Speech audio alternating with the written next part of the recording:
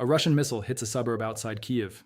Within hours, a claim starts spreading across Russian state media. The strike didn't just hit a random target, it hit a secret depot storing depleted uranium munitions, hidden in a populated area.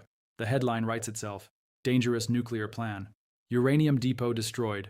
Huge victory. Here's the problem. Almost none of that framing holds up cleanly once you actually trace where this claim came from, who's saying it, and what depleted uranium actually is. In this video, we're going to walk through exactly what happened, who's making this claim, why you should treat it with real skepticism, and why the word uranium in a headline doesn't automatically mean nuclear weapon. If you want more clear-eyed breakdowns of how information and disinformation moves through this war, hit subscribe and turn on notifications. Let's get into it.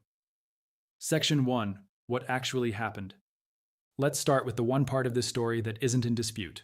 On the night of July 5th into July 6th, Russia launched a large-scale missile and drone strike against Kyiv and the surrounding region, part of a broader wave of strikes that also hit targets across Kyiv Oblast. This was one strike among many in a period of intense, near-nightly exchanges between Russia and Ukraine involving drones, cruise missiles, and long-range strikes on both sides.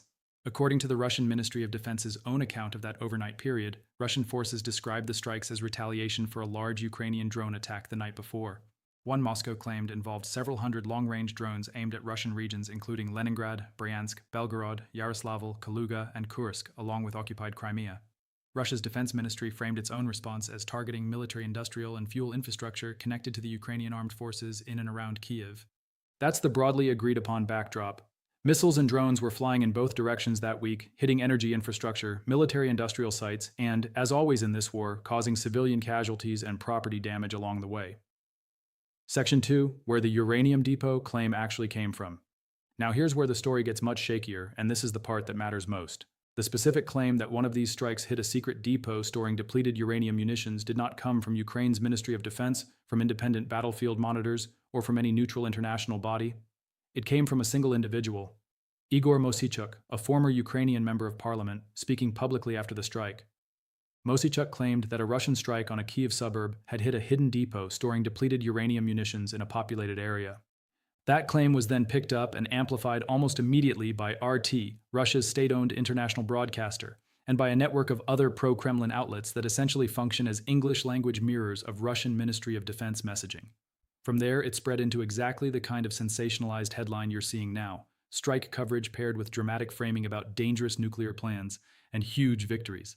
This matters enormously because the entire chain of evidence here rests on one person's public statement, immediately and enthusiastically amplified by state media belonging to the country that carried out the strike. That's about as favorable a source as you could possibly ask for if you wanted a strike to be retroactively justified as hitting something more significant than it actually did. There's no independent verification from Ukrainian officials, no confirmation from international nuclear or arms control monitoring bodies, and no neutral third-party reporting establishing that this depot actually existed, actually contained what's being claimed, or was actually the target that was hit. That doesn't necessarily mean the claim is false. It's entirely possible some kind of munitions storage was affected by this strike, given how often Russian strikes on Kyiv area targets have hit legitimate military, industrial, and logistics sites throughout this war. But possible and confirmed by a single highly motivated source are two very different standards of evidence, and it's worth being honest about which one we're actually dealing with here. Section 3. Depleted uranium isn't a nuclear weapon. This is the part that really needs to be said clearly, because the word uranium in a headline does an enormous amount of misleading work if people don't understand what it actually refers to in this context. Depleted uranium is a byproduct of the uranium enrichment process, used for nuclear power and nuclear weapons production. Once uranium has had most of its more radioactive, fissile isotope removed, what's left behind is depleted uranium, a substance that is significantly less radioactive than natural uranium and, critically, is not capable of sustaining a nuclear chain reaction. In plain terms, you cannot build a nuclear weapon out of depleted uranium. It lacks the physical properties necessary to create a nuclear detonation. What depleted uranium is actually used for is almost entirely conventional. Because it's an extremely dense metal, it's valued for armor-piercing ammunition, tank rounds and similar munitions that rely on that density to punch through armored vehicles. And it's also used in some tank armor, plating itself for the same reason. Depleted uranium munitions have been used by multiple militaries around the world for decades, including by the United States in prior conflicts, precisely because of these physical properties rather than any radioactive or explosive nuclear characteristic. There are legitimate health and environmental concerns associated with depleted uranium munitions, primarily related to toxic dust created on impact, which has raised concerns in past conflicts about long-term exposure for both civilians and soldiers in areas where these munitions were used extensively. Those are real serious issues worth taking seriously, but they are chemical toxicity concerns, not nuclear weapons concerns, and conflating the two, as a headline invoking dangerous nuclear plan does, creates a fundamentally misleading impression of what's actually at stake. So even if we take the underlying claim completely at face value, that this strike did hit a depot containing depleted uranium munitions, that would mean a conventional weapons storage site was hit, not a secret nuclear facility in any meaningful sense of that phrase. Section 4. Why this kind of story spreads so easily? It's worth pausing to understand why claims like this take off so quickly, because this isn't really unique to this specific incident. It's a pattern that's repeated constantly throughout this war, from both sides. A strike happens. Within hours, someone connected to one side of the conflict makes a claim about what was actually hit, often adding dramatic or alarming details that go well beyond what's been independently verified. State media, aligned with whichever side benefits from that framing, picks it up immediately. Because it serves an obvious purpose, it retroactively justifies the strike as having hit something significant, dangerous, or strategically important, rather than, say, civilian infrastructure or an ambiguous target. In this specific case, the framing serves Russia's messaging in two ways simultaneously. First, it suggests the strike achieved a meaningful military objective, destroying a secret and implicitly illegitimate weapons cache, rather than simply being another strike on a populated area near Kyiv. Second, by invoking the word uranium and pairing it with alarming language about nuclear danger, it feeds into a broader, long-running Russian propaganda narrative, suggesting that Ukraine and its Western backers are engaged in reckless or hidden nuclear-adjacent activity. That's a narrative thread Russian state media has returned to repeatedly throughout this war, often with similarly thin evidentiary backing. None of this means every claim from either side in this war is automatically false. Plenty of strikes really have hit military, industrial, and logistics targets throughout this conflict, and both Russia and Ukraine have real incentives to accurately track damage to their own forces and infrastructure. But it does mean that a claim's origin matters enormously, and a claim sourced entirely to one individual and immediately amplified by the state media of the country that carried out the strike deserves real scrutiny before being repeated as established fact. Section 5. The broader pattern of strikes that week. To put this specific claim in proper context, it's worth understanding what else was actually happening in this exchange of strikes during the same period, because the uranium depot claim is a small, contested detail inside a much larger and better documented pattern of activity. Ukraine has been running a sustained, intensifying campaign against Russian energy and military-industrial infrastructure, hitting targets deep inside Russian territory.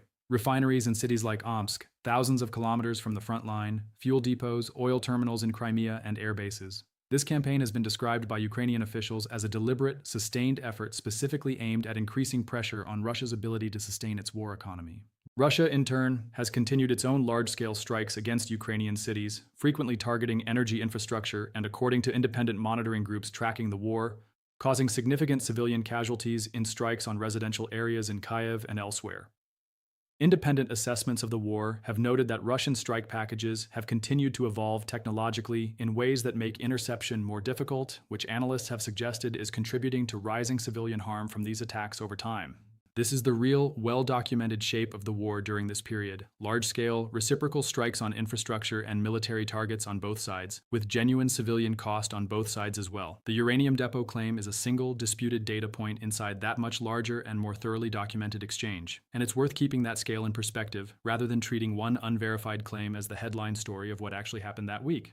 Section 6. How to actually evaluate claims like this. So what's the actual practical takeaway here, both for this specific story and for how to approach similar claims as this war continues? First, always check where a specific claim about a strike actually originates. Is it coming from an official government statement, an independent monitoring organization, on-the-ground journalism with verifiable sourcing, or a single individual's public comments picked up by state media aligned with one side of the conflict? Those are very different levels of reliability, and headlines often flatten that distinction entirely. Second, be skeptical of any claim, from either side of this war, that conveniently transforms a strike on a populated or ambiguous target into something that sounds more strategically significant or more dramatically dangerous after the fact. This is an extremely common pattern in modern information warfare, not necessarily because every such claim is fabricated, but because the incentive structure to exaggerate or reframe strike outcomes exists on both sides, and claims that serve that incentive deserve extra scrutiny rather than less. Third, and specifically for this story, understand the actual difference between depleted uranium and nuclear weapons material before reacting to headlines that invoke the word nuclear. It's a distinction that matters enormously for understanding the real level of risk involved, and headline writers, on this story and many others throughout this war, have strong incentives to blur that line because nuclear generates far more attention than conventional armor-piercing ammunition. Section 7, where things actually stand. So here's the honest, grounded summary of where this story actually stands right now. Russia conducted a large strike on Kyiv and its surrounding suburbs in early July, part of a broader, ongoing exchange of strikes between Russia and Ukraine that has continued for months. A single former Ukrainian lawmaker publicly claimed that one of these strikes hit a hidden depot storing depleted uranium munitions in a populated area. That claim has not been independently verified by neutral sources, has been amplified heavily by Russian state media, and, even if entirely accurate, would describe a conventional weapons depot rather than anything resembling a nuclear weapons facility. That's a meaningfully different and far less dramatic story than Russia smashes Ukraine's secret uranium depot, dangerous nuclear plan revealed. It's a single, unverified claim, amplified by a state broadcaster with an obvious interest in that framing, describing something that, even taken at face value, wouldn't constitute the nuclear danger the sensationalized headline implies. Outro. So that's the real story behind this headline. A genuinely unverified claim, sourced to a single individual and amplified by Russian state media, describing something that, even if true, is a conventional munitions story, not a nuclear one. That doesn't mean nothing happened at that site near Kiev. It means we don't actually know what happened there with anything close to the confidence the headlines are suggesting, and it's worth treating claims like this with real skepticism until something more solid backs them up. If you found this breakdown useful, hit subscribe and turn on notifications because we'll keep digging into claims like this as they surface throughout this war, separating what's actually confirmed from what's being amplified for a narrative. Let me know in the comments. Have you seen other examples recently of a strike claim getting dramatically reframed after the fact? I'd like to hear what you've come across. See you in the next one.